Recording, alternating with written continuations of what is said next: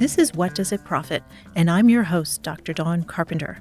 Each week in this podcast, I'll talk to some of the leading thinkers and researchers, entrepreneurs and executives about things like conscious capitalism, sustainability, and business ethics, things that feel all the more urgent as we as a planet face enormous challenges: climate change, pandemics, demands for social reform. Many of these challenges brought about, some would argue, by capitalism. Each episode, each guest, will bring me a little closer to finding out what does it profit. Like many of you, I'm totally zoomed out this year, both as a participant and as a speaker. For those of you who just can't get enough of these virtual forums, however, you'll find a link on our website to a session I'm doing today with Coventry Law School in the UK and Bruce Herbert of Newground Social Investment from episode number 1 of this season of the What Does It Profit podcast. Just go to the blog post for episode 1 at whatdoesitprofitpodcast.com, and we'll have a link there if you'd like to listen in. In our conversation today, we're going to pick up a bit where we left off last episode in our conversation with Kat Berman of C-Note. And as it happens, and because we live in a world of 6 degrees of separation, Kat was speaking last week at the annual conference of the Opportunity Finance Network, led by our guest today, CEO Lisa Mensah of OFN. In listening to Lisa's opening remarks of OFN's 2020 conference, she mentioned something that captivated me. Yes, me, the finance professor with a playlist. She called up an old gospel classic, I Don't Feel No Ways Tired. She didn't play it, but I think we should take a listen. I don't feel no ways tired. Come too far from where I started from. Just makes you want to lean into the pain of this year and keep on with what OFN calls that long march to finance justice, using the tools of finance to improve economic security of the working poor. Lisa comes to this work having served as the Undersecretary of Agriculture for Rural Development in the Obama administration and as the founding executive director of the Initiative on Financial Security at the Aspen Institute, not to mention stints at both Citibank and the Ford Foundation. Let's talk finance justice and the work of community development, financial institutions with Lisa Mensah. Well, now let's welcome to the What Does It Profit podcast, Lisa Mensah. Lisa is the CEO and president of Opportunity Finance Network. Lisa, welcome to the show. Thank you, Dawn. Lovely to be here. Well, I have to start at what I see as the beginning of all of this idea of finance justice. What is that all about? Oh, Dawn, now that's a great question. Finance justice is the name we've given our recent conference and a new fund. But to me, it's an acknowledgement that justice, the fight for justice, and here in our country of America, is going to take money. The fight to undo all the injustice in our world is going to take money and investment and undoing the kind of disinvestment that's led to so much injustice and inequality. So I love the term because finance justice connotes getting in there, rolling up your sleeves, doing the hard work that change is going to take. And from my perspective, it will take money. Yeah, I think of the late John Lewis and, this idea of good trouble. I mean, you guys are you doing good trouble in the finance sector? I love being in the same sentence with John Lewis. Yeah. I think what Lewis taught from a lifetime of staying in the struggle is that justice is a fight. And if you leave things just to markets unfettered or just change as it flows, you won't get the kind of outcomes you need. And so where I feel in deep sympathy with Lewis and his long struggle for civil rights is that I lead a set of institutions that's been fighting for economic rights and using the tool of finance, of lending, to change outcomes for low-income people all throughout the country. And that's a similar struggle. It's just different tools. Yeah, I think about your opening remarks in your recent 2020 annual conference. You reference an old gospel classic, I Don't Feel No Ways Tired. Happens to be one of my favorites. And I'm going to spare the listeners my version of it. But We both will. what do you draw from that? What was your inspiration in thinking about that song and the work that you do? This has been a year of fatigue. It's a pandemic, for goodness sakes. Everybody's working really hard. And what I love about the gospel song, I Don't Feel No Ways Tired, is that it's an ironic acknowledgement of how tough struggle is. And what it says is, despite all that the singer's singing, I don't feel no ways tired because I've come too far. And God didn't bring us this far to leave us. And that's probably the most powerful line for me, that I don't believe he brought me this far to leave me. That justice is not without struggle, but struggle is not in vain.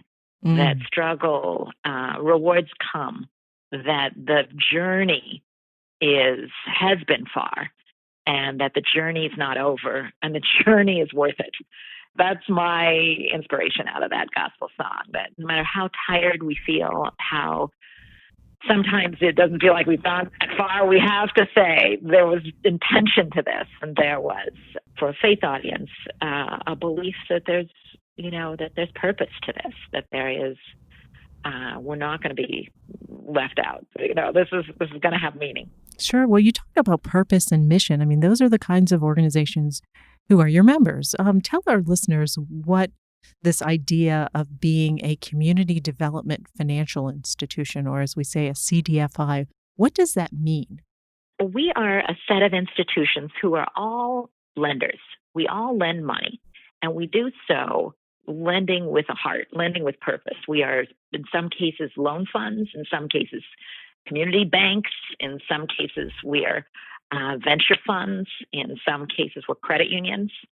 Sometimes we're very small micro enterprise funds, and sometimes we're very large housing funds. But all of us are lenders. All of us use the tools of finance. And finance is both the way we use our money and the way we use our brains and our hearts to make decisions about who gets that money. And for the CDFI field, we are all on a mission to create better communities, move people out of poverty into lives of greater success. And whether we're financing individuals or homes or businesses or facilities, we're trying to move people into lives of greater economic success. And that's this funny combination that CDFIs have. I love it because I started life as a banker, and most of us, we use these very boring tools, how does a loan get structured? And we use the tools of lending and of risk management. But we're really quite passionate about change. And that's what makes this field great. Yeah, I started life out as a banker too, and I often wonder, why don't all bankers look at finance this way? I just participated in a session with the Vatican with young economists and business people from around the world, thinking that this is actually how we should work. Finance should be in service to humanity. And I'm like, well, yeah, the CDFIs have been doing this for years. Why can't we just make it the normal way? But they, make a commitment to lending in disinvested communities. And, there are benefits and supports for doing that. And, you give voice and leadership to that movement. I love this mission. And, I do understand all levels of the economy need and deserve finance. That's true. But I get to work on the side of the economy that isn't a natural fit, largely because it's not profit maximizing. It can repay, and we have a fantastic track record as a field of not losing money. But we're not profit maximizing, so we don't make a lot of money. Many of us are nonprofits. And it means that you can make different choices about what you seek. You can hang in there in a community that other banks have said there's just not enough profit in it to stay. And what I love is that we're often partnered with the profit maximizing sector because they too recognize that they need us fighting for these communities. So, but it's a great way to be a lender. Tell us a little bit more. I mean, I think about some of the work that your members are doing. I mean, something, as critical as childcare during COVID. I mean, you guys are Yeah. lending into that world. Yeah. I think about this, and I'm really proud of groups like the Low Income Investment Fund. They're San Francisco based, but they work nationally. And when this crisis hit, what a traditional lender needs to do is kind of move their lending into things that are more sure assets, often called the flight to quality. And what we can do is stay the course longer. And so we offered the LIFT program was to actually reach out to center-based childcare activities who were going to see disruptions in service, maybe a downturn in the number of slots, maybe slowness in getting cash receipts, and structure financing to weather through these months of uncertainty. Sometimes there have been ups and downs. And to structure the loan or to structure the expansion or the working capital, sometimes they beat the federal or state resources that were there as well, or didn't come in time. So I like to think of our sector, I've called us the financial first responders. And it's because we were often able to go quickly because we knew these sectors already. We knew who was leading the daycare business or the adult daycare or, some other service. And we were able to structure the loan so that it fit the need or could wait a little. And many of our first responders took more time, restructured, delayed, went to zero interest to give businesses and facilities a longer time to make it or to get reorganized for the recovery. Yeah, this is that patient capital. Tell us a little bit about what you guys were doing. We had a summer of unrest, maybe to put it mildly, out in Minneapolis or over in Philadelphia. There were a lot of protests going on. Tell us a little bit about what your members were doing. Our members often specialize in key sectors. So many of our members were really structured to have small business portfolios. And what we found so amazing is in the very areas where they had been structuring small businesses, these were often some of the businesses that were unfortunate victims of the rioting. And our members were able to see and stand with both sides. And it sounds a little strange, but what it looks like is, they were the first ones to finance an immigrant business. And they'll be the first ones to help that same immigrant business reorganize.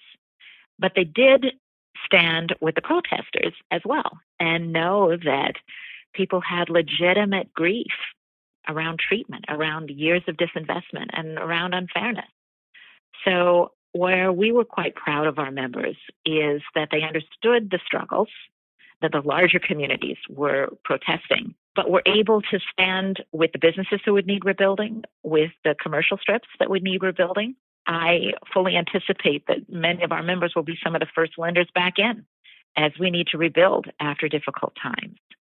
So I think it's that clarity of vision and mission they have. We are a field that lends in and from communities. We are with these communities. And that's a beautiful role to have. It means you're really often our lenders come right from the communities that they're trying to help. And it means that they have a particular compassion for the struggle and the need for progress and moving forward. Well, you talk about struggles. I think of those poor immigrant families down in Texas. I understand some of your members have gotten engaged with that important work.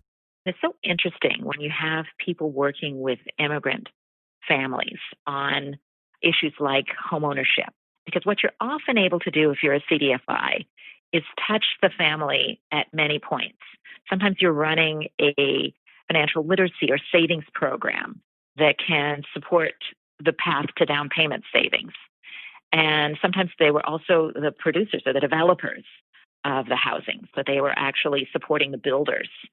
So what I loved is that our CDFIs kind of met the moment, understood the families they were supporting, understood that a lot of folks can be homeowners, particularly when you're building a home that's under $100,000, and that's not where a profit maximizing builder will often build for.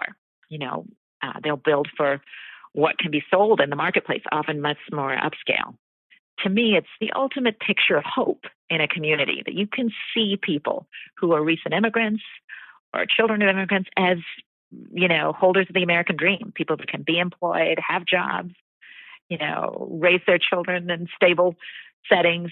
Often they're creating the financing of the schools or health clinics as well. So that's the exciting thing to see what CDFIs is, an ability to lend into multiple areas. That reminds me of, something that we haven't explicitly talked about, but the other facet to CDFIs, which is more of the wraparound services that go with, these loans that really, I would think, increase the odds of being, a successful project. One of the joys of being CDFI is those first two words, community development, means that financing can be seen in a context of how we're lifting up an entire community or more families inside of a community. We see more time spent on deals. We're often willing to hang in there and bring multiple sources of money to a project. And we're really good at that because we're so committed to the comprehensive nature of community development. I was in Kansas City last year, pre-pandemic, and I saw the coming together of how a CDFI, and in this case it was IFF, worked for several months to really finance a huge expanded daycare and health center.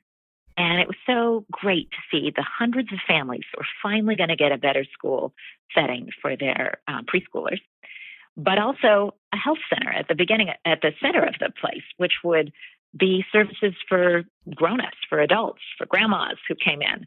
And I thought it's just such a classic, that a CDFI would fight for the very different streams of income. Often there's a program to support a health center that's different from a program to support a daycare.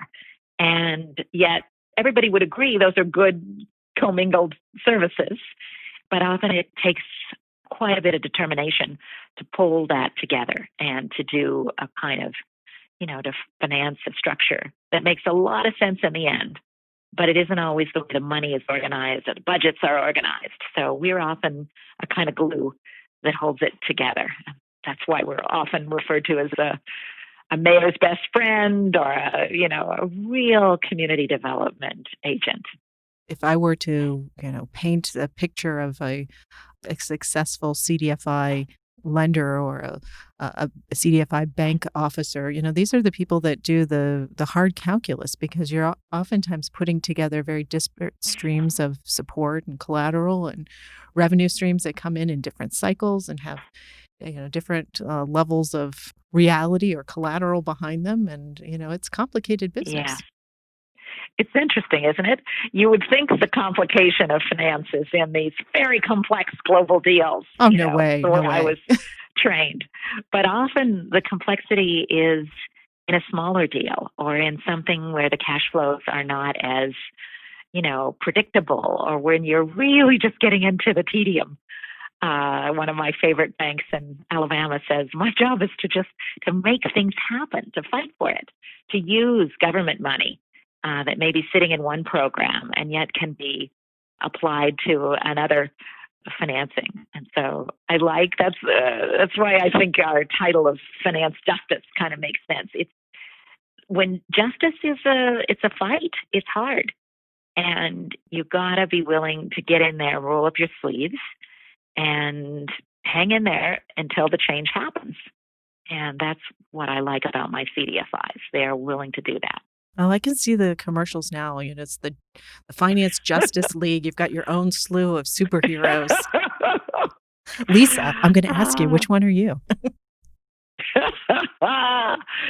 Oh man, I don't have a lot of upper body strength, so I'm afraid I shouldn't pick anything with a lasso or a sword. Oh, no, Uh, no, I won't put you on the spot, but actually in next season on What Does It Profit, we're going to have the founder of Comic-Con on talking about the social justice themes in comic books. So we'll Great, I love it. I yeah, love it. so we'll But I leave it definitely want to here. be in the fight. I definitely want to be part of it. Well, speaking of part of it, this is all hinging on partnerships, and they're very diverse players. I mean, I think of the investors, those commercial banks that support the CDFI world. Talk about their role. Yeah. Luckily, we've got some experience in the 40 years that this field has been at work. We've got some real experience with partners. We're a field that got started with, frankly, religious investors. And we moved to philanthropy and then banks. The Community Investment Act made sure that banks found strong partners with us. But I'm excited about a couple of partnerships. I am excited about what we think is possible with our Finance Justice Fund.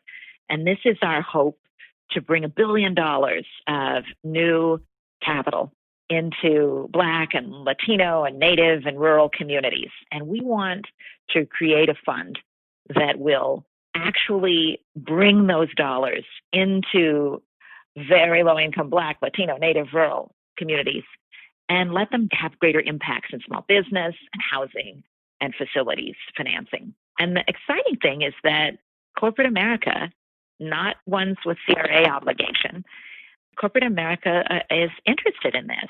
And we had the exciting case of Twitter that helped us with $100 million of their treasury debt that's going to be with us for 10 years, reaching these communities. Wow. And then earlier Wow. this summer, we had Not the to be example of outdone Google by Google, yes. coming in. Yeah. So to me, this is an exciting moment for private partnerships, people that have not been part of this field in the past, saying, we trust you, we trust your experience, we want to do our part, we are going to put some of our funds on loan with you so that you can make change in these communities. And I think their ability to do that will spur two other kind of partners. We still need philanthropic dollars. You can't cure poverty just with debt alone. So we're going to need some philanthropic dollars. And then we're going to need some public dollars. And this is the other level of partnership that I'm excited about.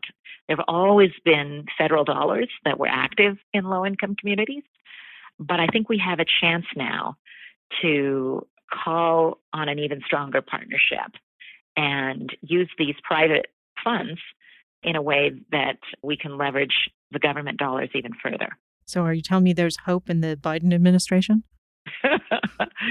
I am a hopeful person. And I will say about this last administration, the Trump administration, that while they often went forward with very modest budget requests, in working with Congress, we were able to move a lot of funding to our CDFI hands. And when it came time to the middle of this pandemic, we moved a whole lot of payroll protection program dollars. It's estimated that the CDFIs and minority development institutions moved $7 billion in PPP loans to struggling businesses and nonprofits. But I am definitely excited about the new administration. I served in the last one, so I'm a believer in what can happen with intention.